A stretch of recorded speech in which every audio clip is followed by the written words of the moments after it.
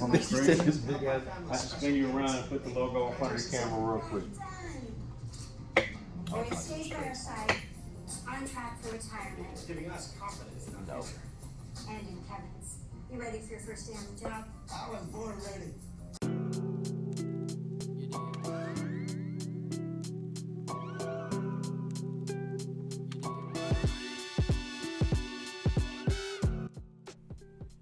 Hey, what's going on, everybody? The nature of my topic is one that is very near and dear to my heart, and that's the profession of barbering.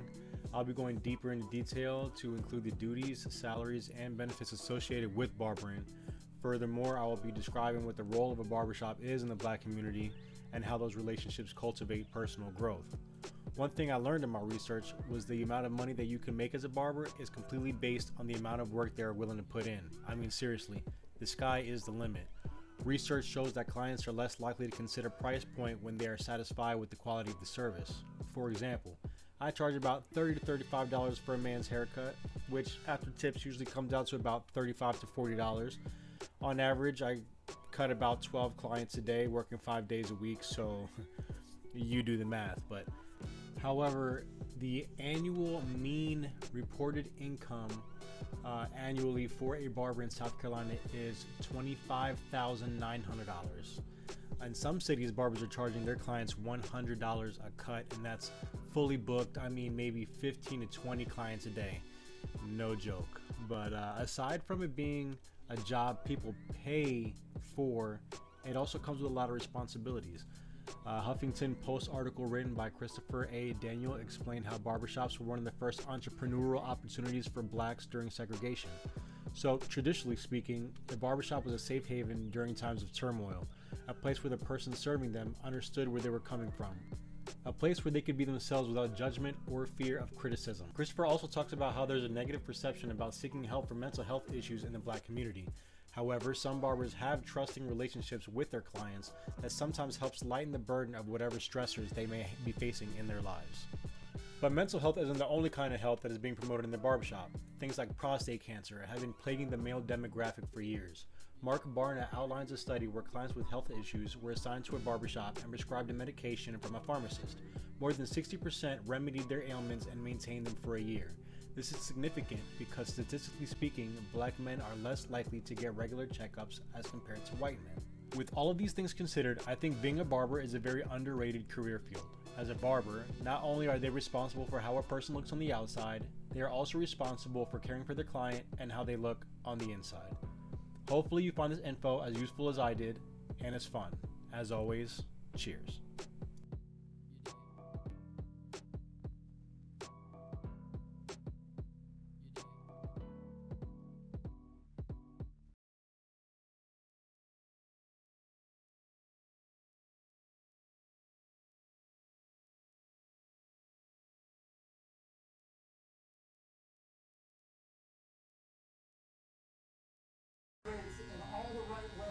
So one thing I was reading also was talking about how, especially with Black males and stuff like that, you know, in terms of mental health, it's kind of like taboo.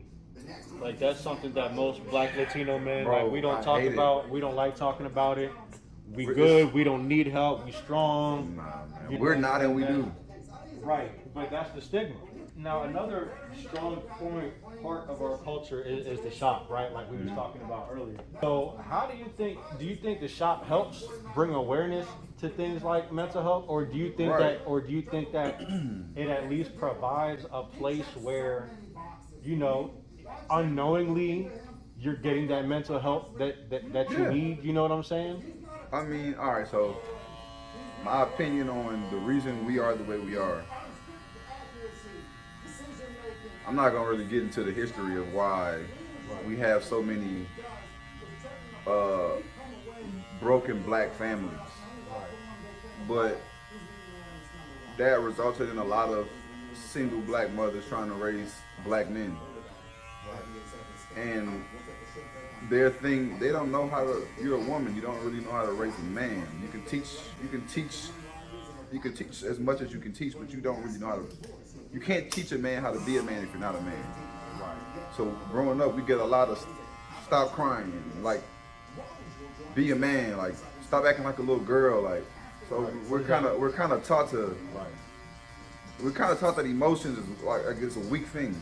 Right. Right. So we kind of shut it down. But you think about people who pay for counseling. Some people pay up to like thousands of dollars right. a month for counseling. Where if you get your hair cut twice a month, every other week, pay $40, you pay $80, and you sit down and have some. I mean, you have great counseling. Sometimes even better than what you're getting at these counselors' offices because they don't relate to you. It's natural. They don't even relate to you. They're literally there to just get a check. Right. They're gonna sit down. They're gonna take some notes. They're gonna prescribe you some medicine and say you have ADHD and ADD and. Right. That's true. Versus you coming in the shop, talking to somebody from your community, somebody who relates to you, somebody who's likely been in the same position that you're in, Right. and just getting life advice, just telling you how they dealt with certain things, and like you said, like you don't even really know it. Like you think you're just having regular conversations, but that it does wonders for your mental health because you hold in so much. I completely agree, bro. I completely agree. You know, I think that, you know, just tradition and history, like you said, just kind of make that platform available. You know what I'm saying? It's like, you know, back like we talked about back during segregation. Why would you want to go somewhere where you're not wanted? You know what I'm saying? Right. And so, and then not only that, but to be around people who relate to the same thing that you're going through. You know what I'm saying? So I think having that and just being able to vibe and being able to just talk and just it's not prepared. It's not I'm here to help you. It's like we're here to just be unscripted. You know, you can say whatever you want to say in my chair. Right. Barbershops. You can say whatever you Barbershops want in my are. chair. Right. I feel like you can just stick a camera, get a camera and a sound crew, and just park it in the barbershop and Right. Make a movie. golden, golden. It's golden. People just don't understand, man. Some people just don't understand how therapeutic coming in the barbershop is. Like barbers, especially when you get those shops that are like the cornerstone shops in your community that have been there for Years, right. 50 years, Uh-huh. and you get those same barbers that have been there for 20 years, they're kind of looked at as like community leaders in a sense. Because, all right, so say, all right, so there's a wing place next door, right? Somebody could be outside about to fight, getting bullied or something. Those people in that wing place, Right. they might glance out the window. It's not my business. Might call the police, you know, whatever. Like barbers, like it's almost like an unspoken code. Like you gotta go out there and intervene, especially if you see it's two young black kids, man. Right. Bring them in, talk to them, like. They even made a whole movie about Don't Touch the Barbershop. You know what I'm saying? You remember, Barbershop. You seen Barbershop. You That's know what I'm funny saying? as you say that because once I started cutting hair, I went back to watch that movie. We had a discussion in school one day about what barbers are, like how barbers are more than just hairstylists. And I went back and watched that movie to get a little perspective on it.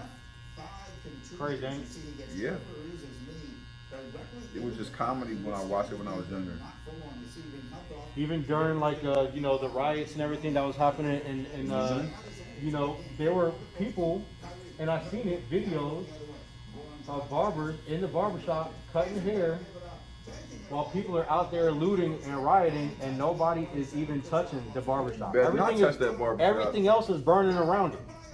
How crazy is that, bro? Everything else literally is burning around it, but not only is it not being touched, but there's people using it as if nothing is happening outside.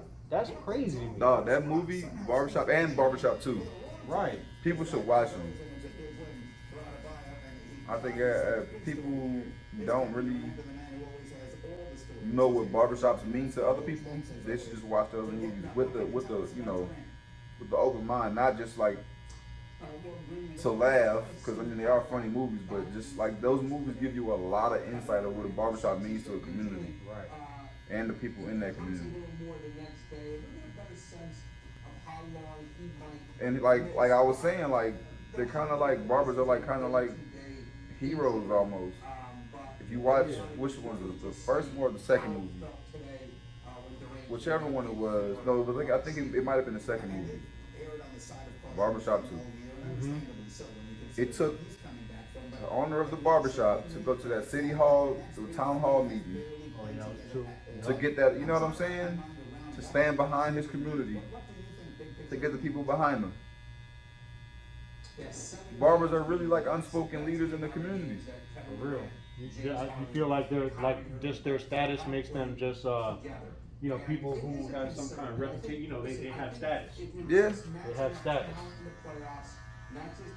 But you gotta, but you don't just get status because you're a barber. You gotta put No. the work in. You gotta not only be a good barber, Right. but like you gotta just be somebody people would trust. Like if your body language, like the way you talk to people, it could all be real off-putting. Like if somebody sits in your chair and you're not really willing to talk to people, if you just making it all strictly about business, like you gotta be open.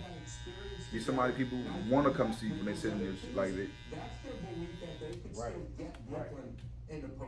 There's somebody people can trust. It's really that's really what it boils down to is can people trust you? Okay. So how about all right. So this is my client Brandon. This is the guy I was just cutting up. What do you feel should be expected from a barbershop in the black community? First of all, we come from a community where, I mean, it's been getting better as of late over the past few years, but we still come from a community where we don't have a lot of fathers involved. So a lot of times, those conversations that you get out of a barber can be kind of father figure-ish. It could be therapeutic. People come in all times and just unload their problems on barbers, and you should definitely gain people's trust, so they want to keep coming back to you. I mean, That's number one. it's deep. It gets deep with barbers, man. Barbers are definitely don't think you're just gonna come in and just get a haircut and then that's just gonna be it. Like not in our community's barbershops anyway. I know that for a fact. Right. You're gonna have great conversations, good laughs. You're gonna talk to people. You're gonna build relationships with people that you don't know. Like you're gonna walk into a barbershop and it's not even just your barber. It's the other barbers in here, other clients in here. You got people who come in here for no other purpose just to just talk. So you could expect just good time. Like it's a good time, and some people like you really gonna enjoy. If you're in a barbershop for an hour, you're gonna enjoy that. Your experience in that barbershop. You're gonna come in here. You might come in here mad at the world. When you leave, you're gonna forget why you was mad. You're not even gonna think about it. And maybe after you leave, it might hit you again. But at least while you're in here, it's like you're not thinking about none of that. Like you just being like it's just a good time, man. It's a good vibe, a good experience. Brandon, bro, I appreciate you coming out. I know a lot of y'all don't know, but today was his girl's birthday, and today is my day off. But we had to make sure that my man got right in here, and I think that's also a part of that whole experience too. Is just making sure that your clients are taken care of. And even though it's my day off, the people who take care of you and they see you every day, or they see you every time they get their haircut, you got to make sure they're next. You got to make sure that they're in the chair. You got to make sure they're looking fresh every single time. Me and him, 9 times out of 10, we don't even got to speak about what he's getting. You know what I mean? We already know he sits in the chair, business as usual. So, but yeah, bro, I appreciate you coming through, bro. No, man. So. All right, bro.